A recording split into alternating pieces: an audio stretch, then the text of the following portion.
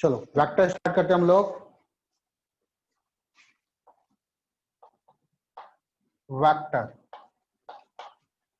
ठीक है। मैंने आप लोगों को यूनिट एंड डायमेंशन में पढ़ाया भी था कि फिजिकल क्वांटिटी को हम लोग दो पार्ट में डिवाइड करते हैं, एक होता है स्केलर क्वांटिटी, दूसरा होता है vector quantity.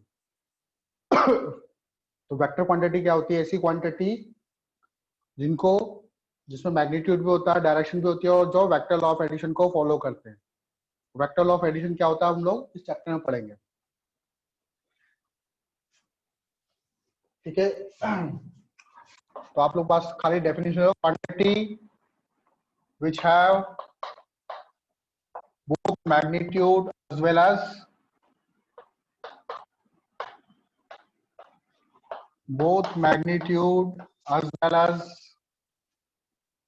direction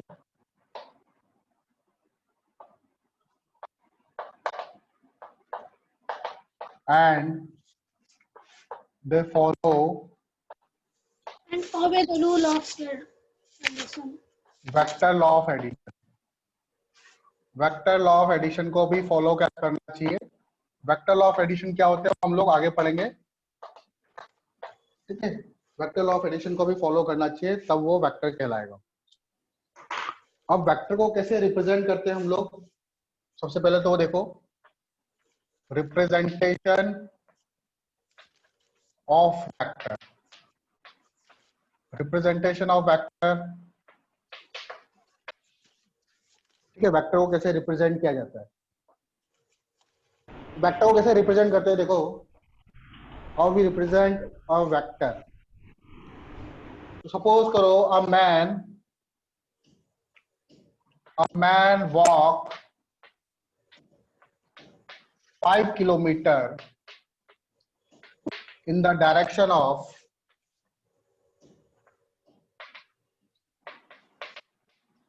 37 degree north of east. तो इस आदमी ने ये आदमी जो चला, वॉक करा इसने, इस आदमी का ये डिस्प्लेसमेंट है कि डिस्टेंस है?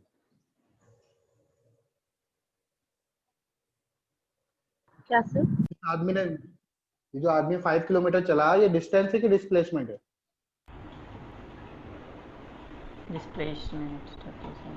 डिस्प्लेसमेंट में सर।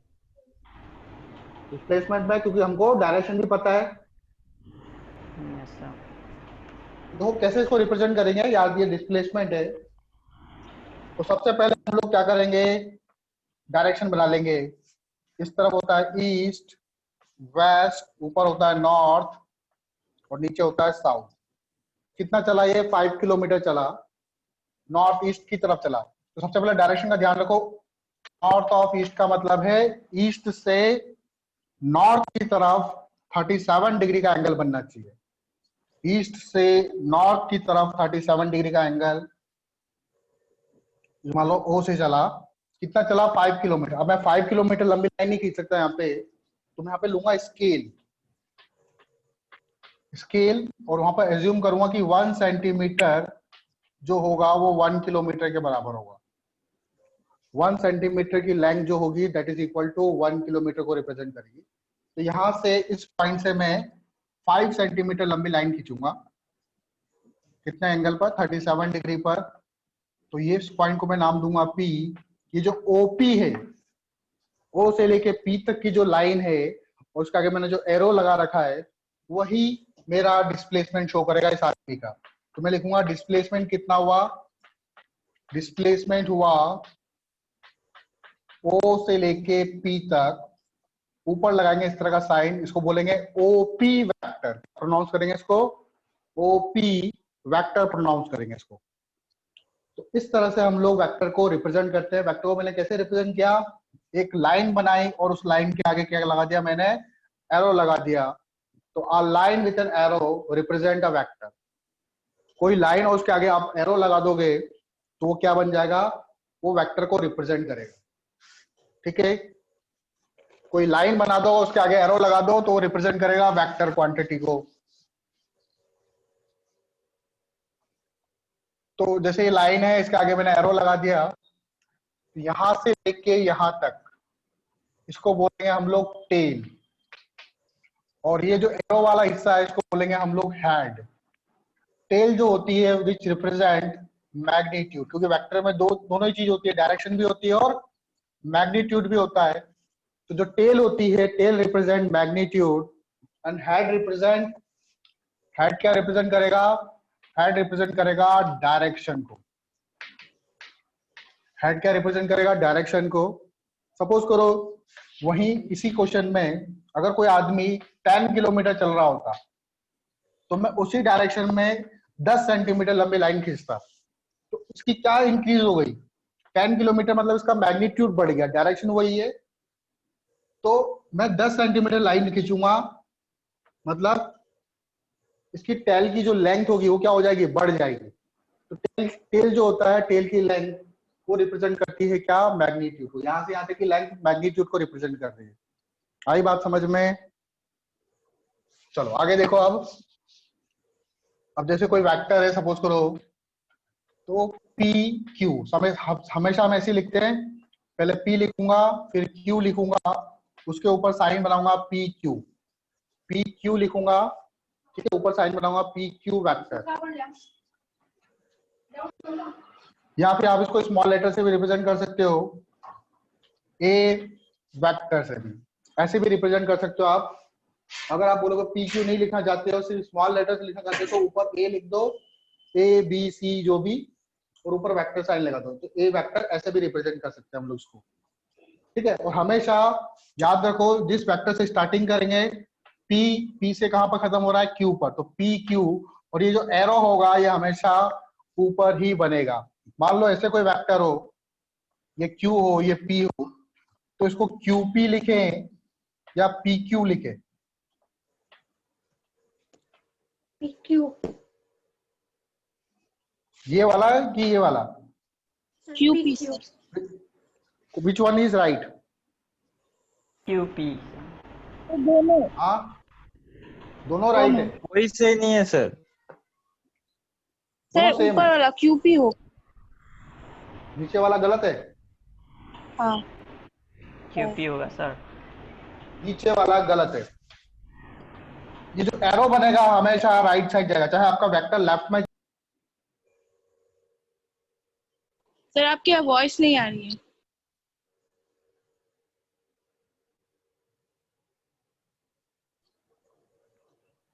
चलो अब आगे देखो।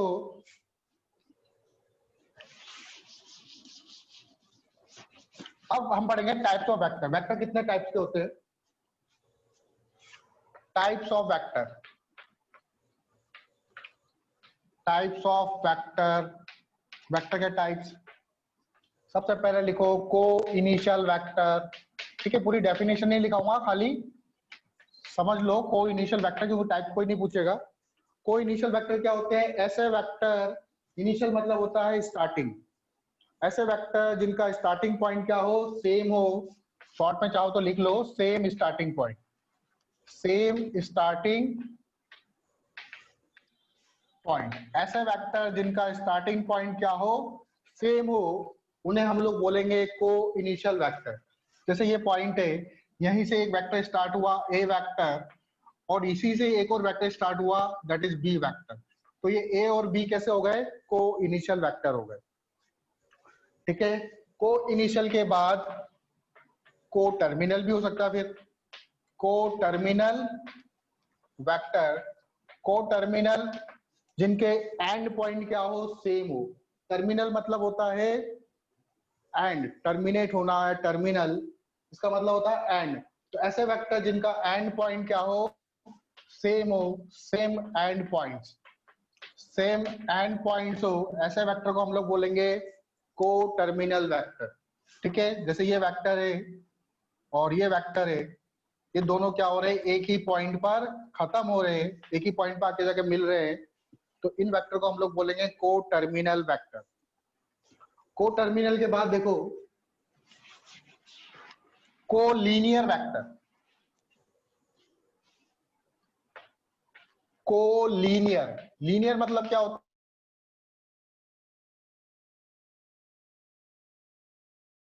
है? सेम लाइन पर लाई कर रहे हो, उन्हें हम लोग बोलेंगे को लीनियर वेक्टर।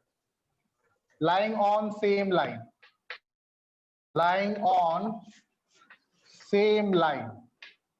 ऐसे वेक्टर जो सेम लाइन पे लाई कर रहे हो उन वेक्टर को हम लोग बोलेंगे कोलिनियर वेक्टर। सपोज करो एक वेक्टर ऐसे है ए वेक्टर, और एक और वेक्टर है आपका जैसे ये बी वेक्टर, तो ए और बी वेक्टर जो है वो सेम पॉइंट पे ही लाई कर रहे हैं, देखो सेम लाइन पर, सॉरी, ए वेक्टर और बी वेक्टर, इनको आगे मैं एक्सटेंड करूंगा तो ये एक ही लाइन को ज्वाइन करेंगे, एक ही लाइन के ऊपर आएंगे दोनों ए और बी, तो इन वेक्टर को क्या बोलेंगे हम लोग? Collinear vector.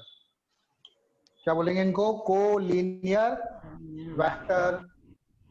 आई बात समझ में? Yes, sir.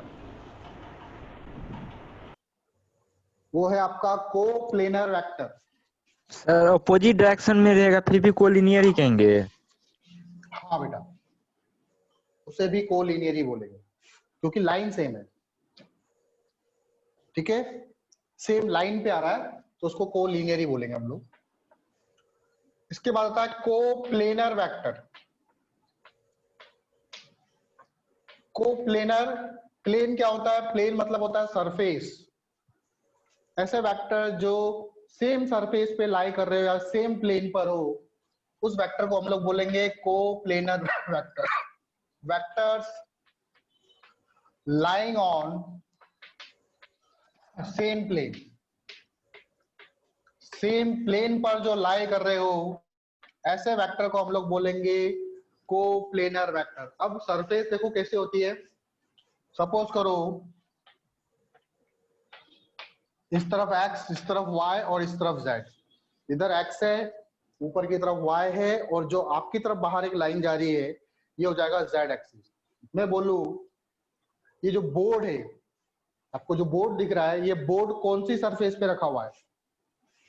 एक्स पर। तो आप क्या बोलो, किस पे रखा हुआ है? एक्स। x पर या x और y दोनों पर? सर दोनों पर। x थोड़ी, x तो सिर्फ एक लाइन हो गई। तो कौन सी सरफेस पे रखा हुआ है बोर्ड? ये बोर्ड जो है वो एक्स वाई प्लेन पर है, इस पे ये नहीं है, z नहीं है। ठीक है, जिस फ्लोर पे मैं खड़ा हूं, जिस सरफेस पे मैं खड़ा हूं, ये कौन सी सरफेस है? एक्स। जिस सरफेस पे मैं खड़ा हूं ये कौन सी सरफेस?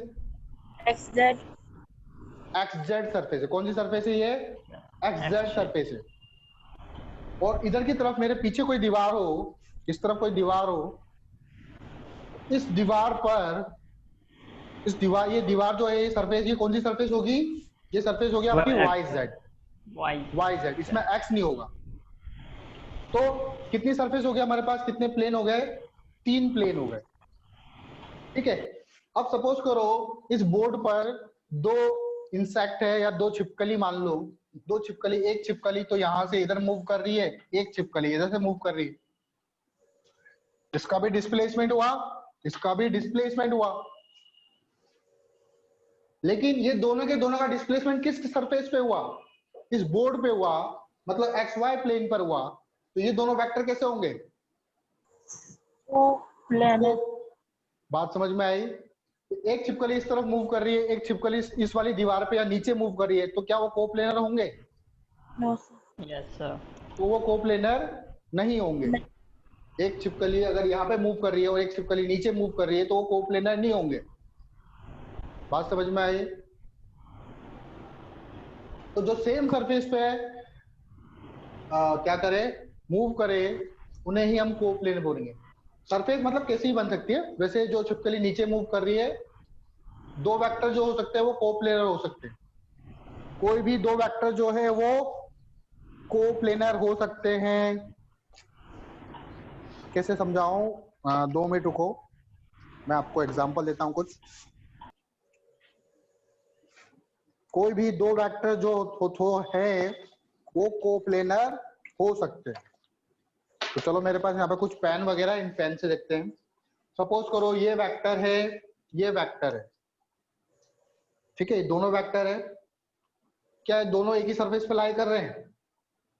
ऊपर वाला हेड मान लो, ये हेड है और ये टेल है। मेरे हाथ वाला जो हेड है, मेरे हाथ पे जो पकड़ रखा है, टेल से पकड़ रखे मैंने दोनों वेक्टर को। क्या ये दोनों वेक्टर एक ही सरफेस पे लाई कर रहे हैं? Yes, sir. पक्का? Yes, sir. क्या ये तीनों वेक्टर एक ही सरफेस पे लाई कर रहे हैं? No sir. ये तीनों एक ही सरफेस पे लाई कर रहे हैं, देखो। Yes sir. कर रहे हैं, नहीं कर रहे? यस सर इन कर तीनों रहे को हैं। उठा के मैं एक सरफेस पे रख सकता हूं ऐसे करके। अच्छा, इसको थोड़ा सा घुमा देता हूं, ऐसे कर देता हूं। क्या ये तीनों अब एक ही सरफेस पे नो लाई कर सर। रहे हैं? No sir. अच्छा, ये दोनों, यस ये सर। दोनों, यस सर। ये दोनों, यस सर। ये दोनों। यस सर, कोई भी दोनों तो लाइक कर रहे हैं एक सरफेस पे। कोई दो, मतलब कोई भी दो वेक्टर जो हो सकते हैं वो एक सेम सरफेस पे हो सकते हैं, लेकिन तीन वेक्टर सेम सरफेस पे हो भी सकते हैं और नहीं भी। आई बात समझ में? Yes, तो sir. एक छिपकली इधर मूव करी, एक छिपकली इधर मूव करी, तो ए और बी दोनों एक ही सरफेस पे हो गए। मान लो इस वाली दीवार पे कोई दो वेक्टर मूव करे इस तरह से, डायरेक्शन कुछ भी हो सकती है। ये सी हो गया, ये डी वेक्टर हो गया। एक वेक्टर इधर बना लो, एक वेक्टर इधर बना लो, ये ई हो गया, ये एफ हो गया। आई बात समझ में? Yes. चलो, कोप्लेनर के बाद नेक्स्ट वेक्टर जो आता है दैट इज पैरेलल वेक्टर। क्या होता है पैरेलल वेक्टर? कोई गैस कर सकता है? Yes, sir. बताओ क्या होता है पैरेलल वेक्टर? जो वेक्टर एक दूसरे के पैरेलल में हो और से डायरेक्शन सेम हो उसको पैरेलल वेक्टर कहते ठीक है, पैरेलल वेक्टर सेम डायरेक्शन होनी चाहिए। ऐसे वेक्टर जिनकी डायरेक्शन सेम हो उन वेक्टर को हम लोग बोलेंगे पैरेलल वेक्टर। एक वेक्टर ऐसे है, दूसरा वेक्टर ऐसे, दोनों की डायरेक्शन सेम है। छोटा बड़ा हो सकता है, एक का मैग्नीट्यूड कम, एक का मैग्नीट्यूड ज्यादा हो सकता है, लेकिन दोनों की डायरेक्शन क्या है? सेम है। तो ऐसे वेक्टर को बोलेंगे पैरेलल वेक्टर। पैरेलल वेक्टर के बाद आता है दूसरा anti parallel vector. Anti parallel vector क्या होंगे बताओ? हैं। डायरेक्शन अपोजिट होता है। हाँ, डायरेक्शन क्या हो? अपोजिट डायरेक्शन हो। ऐसा नहीं कि जो पैरेलल नहीं है उनको एंटी पैरेलल बोलेंगे। अपोजिट डायरेक्शन हो उन्हें हम एंटी पैरेलल बोलेंगे। अपोजिट डायरेक्शन, ठीक है। जैसे एक वेक्टर ऐसे है, दूसरा वेक्टर अपोजिट में, जस्ट अपोजिट होना चाहिए, तो इन वेक्टर को बोलेंगे हम लोग एंटी पैरेलल वेक्टर। चलो, अब आता है next equal vector. Equal vector किसको बोलेंगे? सेम जिसका मैग्नीट्यूड और डायरेक्शन सेम हो। वेक्टर क्या होता है? जिसमें मैग्नीट्यूड और डायरेक्शन होती है। तो अगर दो वेक्टर है जिनके दोनों के मैग्नीट्यूड बराबर है और दोनों का की डायरेक्शन सेम है, तो उन वेक्टर्स को हम लोग बोलेंगे इक्वल वेक्टर। ऐसे वेक्टर जिनके यहाँ मैग्नीट्यूड भी सेम हो, डायरेक्शन भी हो सेम हो, ठीक है। इक्वल मैग्नीट्यूड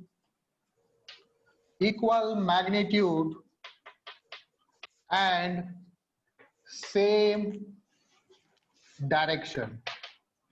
इक्वल मैग्नीट्यूड हो, डायरेक्शन सेम हो, ऐसे वेक्टर को हम लोग बोलेंगे इक्वल वेक्टर। ठीक है, बना लो इसको, दोनों को इक्वली बनाना। ए वेक्टर, बी वेक्टर, दोनों का मैग्नीट्यूड इक्वल है, दोनों की डायरेक्शन सेम है, ठीक है। तो ऐसे वेक्टर को हम लोग बोलेंगे इक्वल वेक्टर। फिर नेक्स्ट आता है आपका negative vector. Next vector is negative vector. क्या होता है negative vector? Opposite in direction. And opposite direction तो ये भी है, एंटी पैरेलल भी है।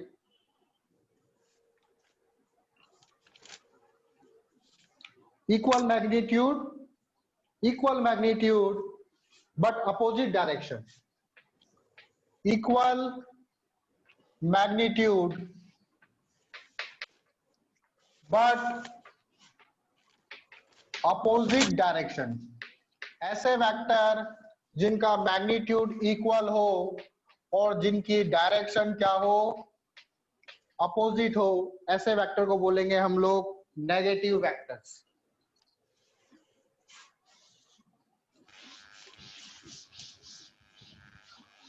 तो देखो एक वेक्टर मैंने ऐसे बनाया, दूसरा वेक्टर जस्ट इक्वल लेंथ का अपोजिट में बनाना, ये ए वेक्टर हो गया, ये आपका बी वेक्टर हो गया। अच्छा ए और बी को जोड़ूंगा तो कितना आएगा, ए प्लस बी करूंगा तो कितना आएगा, 0 0 जीरो आएगा। कितना आएगा, जीरो आएगा, क्योंकि दोनों की डायरेक्शन अपोजिट है। ठीक है, यहाँ पर जोड़ मत देना, 2 + 2 4 होता है। ठीक है, जैसे कोई बोला ब्लॉक है, इस ब्लॉक पे 2 न्यूटन इधर फोर्स लगाया, 2 न्यूटन से इधर से फोर्स लगाया, नेट फोर्स कितना होगा, सर 0 नेट फोर्स कितना, 0 होगा। ठीक है, तो अपोजिट में आ रहे हैं तो 0 होगा। ठीक, दोनों इक्वल है, डायरेक्शन क्या है, अपोजिट है, तो ये नेगेटिव वेक्टर्स हो गए। तो sum of two negative vectors, sum of negative vector is 0। Sum of negative vector, negative vectors का सम इज 0। 0 आता है, नेगेटिव वेक्टर का सम 0 आता है। नेक्स्ट, 0 के बाद आता है जीरो वेक्टर। जीरो वेक्टर क्या होगा,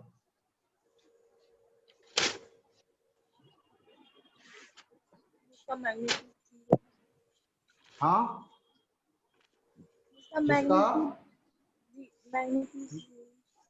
जिसका मैग्नीट्यूड क्या हो, 0 हो। सही बोल रहे हो आप, ऐसे वेक्टर जिसका मैग्नीट्यूड 0 हो, और डायरेक्शन कोई भी हो सकता है, डायरेक्शन कोई भी हो सकता है, 0 वेक्टर का डायरेक्शन कोई भी हो सकता है। हाँ, वेक्टर हैविंग 0 मैग्नीट्यूड, यहाँ पे खाली लिख लो 0 मैग्नीट्यूड। ठीक है, 0 मैग्नीट्यूड। अच्छा, मैंने आप लोगों को वेक्टर को रिप्रेजेंट करने के लिए बताया था कि वेक्टर को कैसे रिप्रेजेंट करते हैं, a line with an arrow.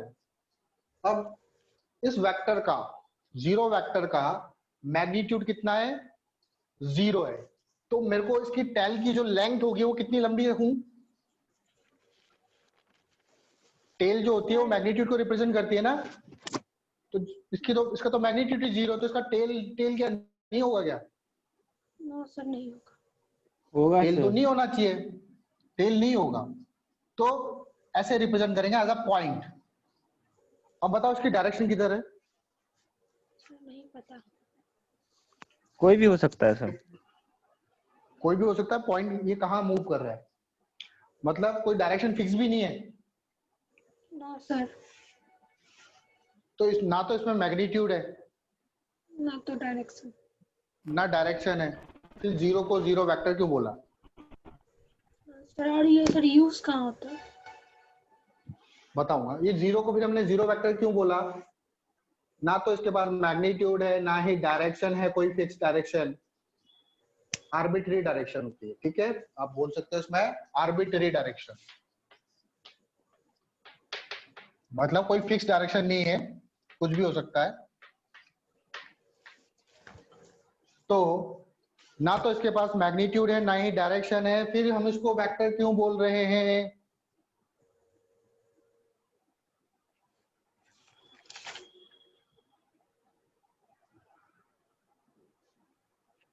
क्यों बोल रहे वेक्टर, तो उसका रीजन देखो।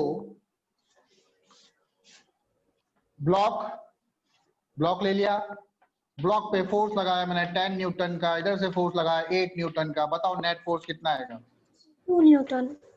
F1 है, ये F2 है ना, सर 2 2 न्यूटन आएगा। ये vector quantity, scalar quantity, F1, vector को ये क्वांटिटी क्या है, और जो रिजल्ट आया वो क्या है, सर वेक्टर। वेक्टर हुआ। चलो 2 न्यूटन, 8 न्यूटन से मैंने फोर्स भाग कर दिया कितना, 9 न्यूटन, कितना कर दिया, 9 न्यूटन, यहाँ से कर दिया मैंने 10 न्यूटन। अब नेट फोर्स कितना आएगा? Sir 1 Newton. 1 दोनों न्यूटन। अब ये क्वांटिटी कैसी है? न्यूटन। ये भी वेक्टर है, ये भी वेक्टर है, ये कितना हो गया? ये भी वेक्टर है। अब 9 से बढ़ा के मैंने 10 कर दिया, Yes, sir. इधर से भी 10 कर दिया। अब नेट फोर्स कितना आएगा?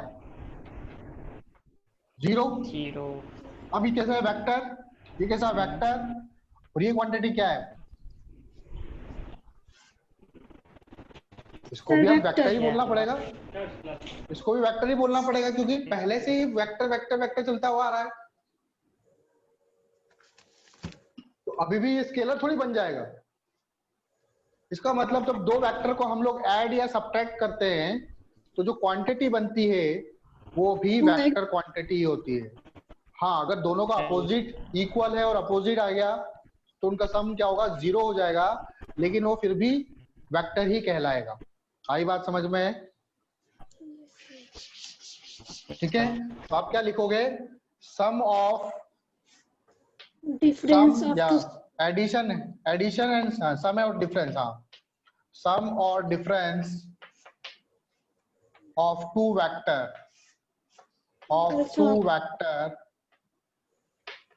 is also a vector quantity, is also a vector।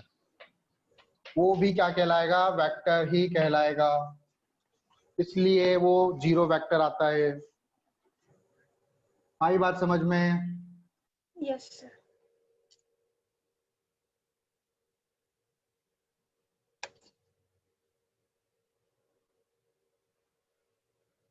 Next है हमारा लास्ट वेक्टर है आपका, लास्ट वेक्टर है आपका यूनिट वेक्टर। लास्ट वेक्टर है आपका यूनिट वेक्टर। क्वेश्चन नंबर 10 डालो, दैट इज यूनिट वेक्टर। क्या होता है यूनिट वेक्टर? इसका मैग्नीट्यूड डिवाइड होता है, वेक्टर से मैग्नीट्यूड डिवाइड। मैग्नीट्यूड यूनिट हो, यूनिट का मतलब होता है 1। ऐसे वेक्टर जिसका मैग्नीट्यूड क्या हो? यूनिट हो, ऐसे वेक्टर को हम लोग बोलते हैं यूनिट वेक्टर। ठीक है, अब सपोज करो मेरा जो ये हाथ है, इस तरफ 5 न्यूटन का फोर्स लग रहा है। कितने का? 5 न्यूटन का फोर्स है। इसका मैग्नीट्यूड कितना है? मैग्नीट्यूड कितना है? 5। अब इस वेक्टर को 5 से डिवाइड कर दूं, कितना बचेगा? 1। डायरेक्शन वही रहेगी क्या? या ऐसे हो जाएगा? वही रहेगी सर। तो मतलब किसी भी वेक्टर को जैसे ए बी वेक्टर को अगर मैं इसके मैग्नीट्यूड को कैसे रिप्रेजेंट करते हैं? ए बी वेक्टर कैप, ये मैग्नीट्यूड रिप्रेजेंट कर रहे हैं। तो डिवाइड कर दूं तो क्या बन जाएगा? Unit vector. यूनिट वेक्टर को कैसे लिखते हैं? ए बी ऊपर लगाएंगे कैप, इसको प्रोनाउंस करेंगे ए बी कैप। तो किसी भी वेक्टर को उसके मैग्नीट्यूड से डिवाइड कर दोगे तो क्या बन जाता है? यूनिट वेक्टर बन जाता है। या तो आप इसको ऐसे लिखोगे, या फिर ए कैप बराबर ए वेक्टर डिवाइडेड बाय ए, खाली ए लिख दोगे, या फिर आप ए वेक्टर ऐसे मोड लगाओगे तो भी मतलब होता है इसका मैग्नीट्यूड